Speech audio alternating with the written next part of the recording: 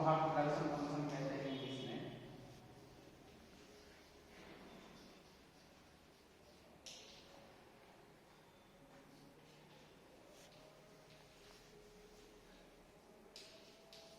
Production function, उत्पादन फलन। उत्पादन फलन एक प्रकार से प्रोडक्शन डिसीजंस में आता है, उत्पादन निर्णय में आता है। जिस प्रकार से एक कंज्यूमर अपनी संतुष्टि को अधिकतम करना चाहता है, उसी प्रकार से एक उत्पादक अपने उत्पादन को अधिकतम करना चाहता है और अपने उत्पादन को अधिकतम करके वो अपने लाभ को भी अधिकतम करना चाहता है। तो इस प्रकार से प्राइवेट सेक्टर की हम बात करें तो प्राइवेट सेक्टर में जो उत्पादक होता है, प्रोड्यूसर होता है, उसका लक्ष्य होता है टू मैक्सिमाइज हिज प्रॉफिट, अपने लाभ को अधिकतम करना।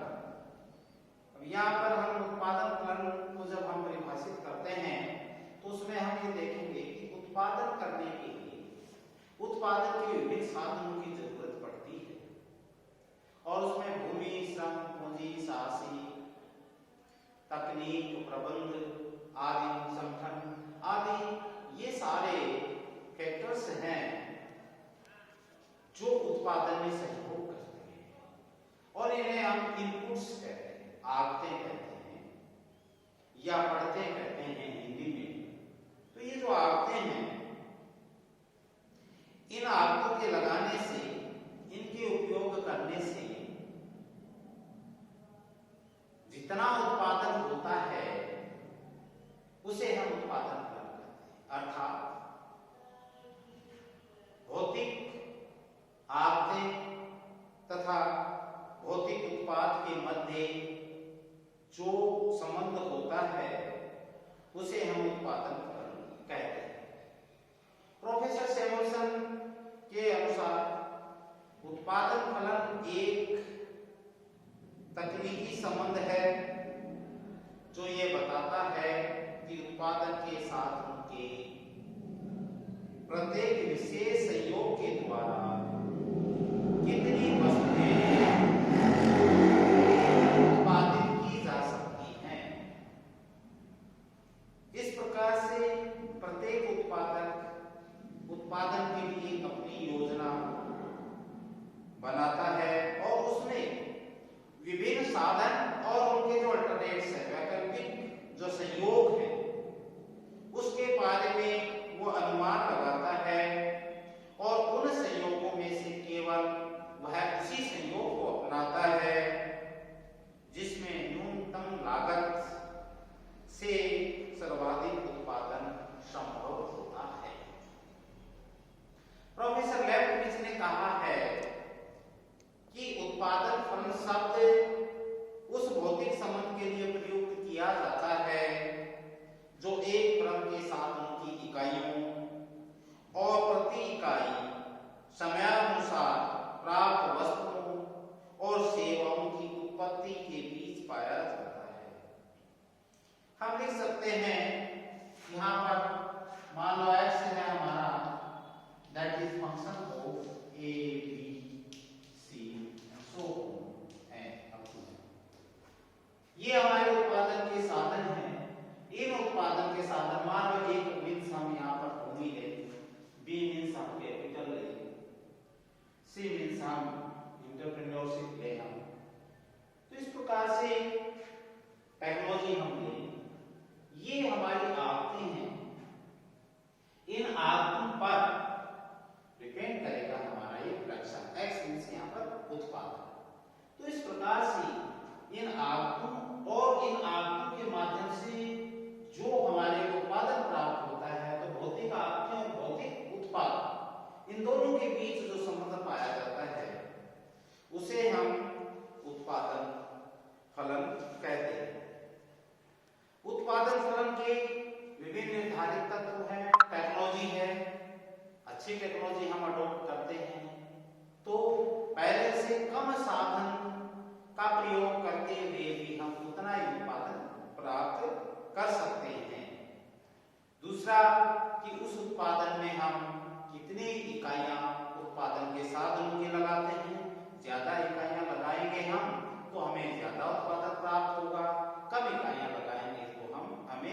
कम जो है उत्पादन प्राप्त होगा।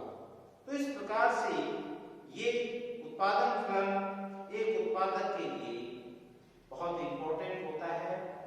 विभिन्न अर्थशास्त्रियों के द्वारा पड़तों और उत्पादों के मध्य भौतिक संबंधों में परिवर्तन के अध्ययन के लिए सांख्यिकी विधियों का प्रयोग किया है और इस संबंध में डगलस और कोक द्वारा प्रस्तुत अध्ययन प्रसिद्ध है और जिसे हम कोक डगलस प्रोडक्शन फंक्शन कहते हैं। उत्पादन फलन के विभिन्न प्रकार हैं, जिसमें हम पहला है एक परवर्ती पड़त सहित उत्पादन फलन, दूसरा है दो परिवर्ती पड़तों सहित उत्पादन फलन और तीसरा है सभी परिवर्ती पड़तों सहित उत्पादन फलन। तो इस प्रकार से जैसे हम कहें production function with one variable input, उसमें केवल एक इनपुट जो है वो वेरिएबल होता है। एक उत्पादन के साधन में परिवर्तन होता है और अन्य सब साधनों उत्पादन के साधनों को हम स्थिर रखते हैं, तो उसको हम कहते हैं production function with one variable. और उसका हम प्रभाव देखते हैं कि उसका क्या प्रभाव होता है, क्योंकि उत्पादन के साधनों का संयोग बदलता है। संयोग बदलने से उत्पादन पर क्या प्रभाव पड़ता है, ये हम उसमें देखते हैं।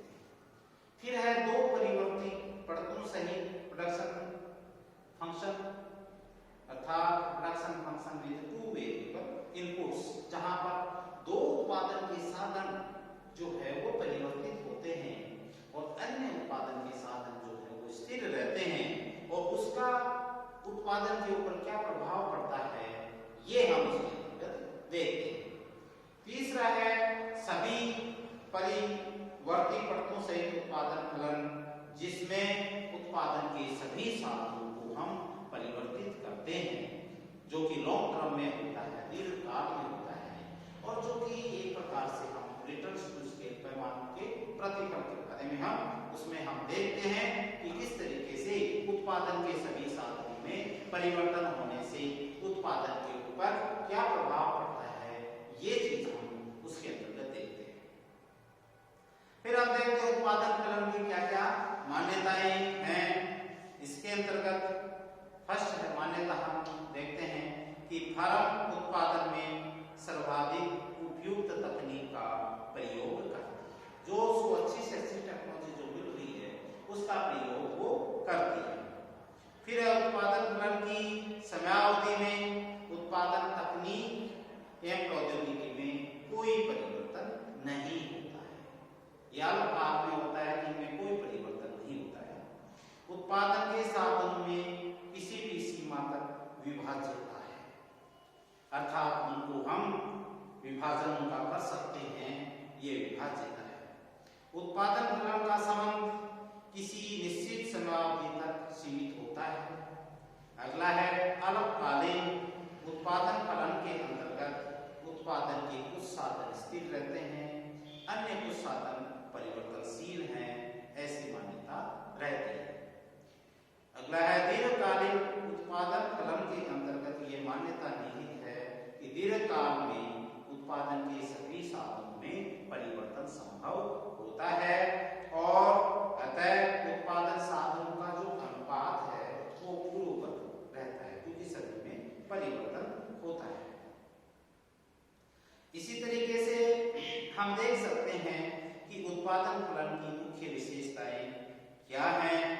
उत्पादन फलन व्यवसायिक पदों के द्वारा उत्पादन के साधनों में परिवर्तन के कारण उत्पादन की भौतिक मात्रा में परिवर्तन, जो परिवर्तन होता है उसका अध्ययन उसमें हम करते हैं। सेकंड है उत्पादन फलन, चूंकि फर्म में प्रयोगात्मक इनपुट्स के कारण उत्पादन की मात्रा में होने वाले परिवर्तनों का विश्लेषण है, अतः इसमें मूल्यों का समावेश नहीं होता है।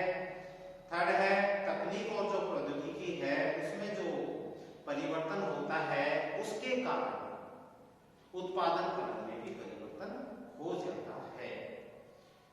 जब व्यवसायिक फल में उत्पादन के कुछ साधनों को स्थिर रखती हैं और अन्य साधनों में परिवर्तन करती हैं, तो उसके कारण जो हमें उत्पादन प्राप्त होता है वो एक प्रकार से हम उसको परिवर्तनशील अनुपातों के नियम में लेते हैं और एक प्रकार से वह अल्पकालीन उत्पादन फलन होता है। इसी तरीके से जब दीर्घकाल की हम बात करते हैं तो दीर्घकाल में सभी उत्पादन के जो साधन हैं उनमें हम परिवर्तन कर सकते हैं और उससे हमें पैमाने के प्रतिफल प्राप्त होते हैं। तो इस प्रकार से ये इसकी विशेषताएं हैं। तो ये उत्पादन फलन के जो निर्धारित तत्व हैं उसके बारे में हम बात करें तो निर्धारित तत्व में सबसे पहले स्टेट ऑफ टेक्नोलॉजी की प्रावैधिकी जो है स्थिति क्या है। अच्छी टेक्नोलॉजी यूज किया जाता है तो ज्यादा उत्पादन होगा। यदि हम पुरानी तकनीक का यूज करते हैं, टेक्नोलॉजी का यूज करते हैं, तो हमें रिलेटिवली कम उत्पादन प्राप्त होगा। तो उसी पर ये उत्पादन फलन जो है उसी पर निर्भर करेगा कि उसके पास क्या कितना तकनीकी ज्ञान है, प्रबंध की क्या योग्यता है, संगठन का किस प्रकार से उसने ढांचा खड़ा किया है। तो इस प्रकार से जो है ये सारी बातें उत्पादन फलन को प्रभावित करती हैं। दूसरा है यूनिट्स ऑफ इनपुट्स, उत्पादन पड़तों की इकाइयां। जो उत्पादन पड़तों की जो इकाइयां हैं उस पर भी उत्पादन फलन निर्भर करता है। ये एक निर्धारक तत्व है, इंपॉर्टेंट तत्व है, क्योंकि इनपुट्स हमारे हम ज्यादा लगाएंगे तो उत्पादन भी हमारा बढ़ता है। लेकिन ये इनपुट्स हम किस तरीके से लगाते हैं, क्या सभी इनपुट्स क्या लॉन्ग टर्म है या शॉर्ट टर्म। शॉर्ट टर्म में तो इनपुट्स को हम सबको एक साथ नहीं बढ़ा सकते। इसलिए क्या है कि उसके अंदर जो है पहले बढ़ते उत्पत्ति के नियम लागू होते हैं, फिर समान उत्पत्ति के नियम और फिर घटते उत्पत्ति के नियम लागू होते हैं। तो इस प्रकार से और एक अल्पकालीन जो उत्पादन फलन की जब यदि हम बात करते हैं तो हमारा कोप डगलस प्रोडक्शन फंक्शन है जो डगलस और कोप के द्वारा दिया गया है। तो इस प्रकार से हमने उत्पादन फलन की विशेषताएं, उनकी मुख्य विशेषताएं क्या हैं, उत्पादन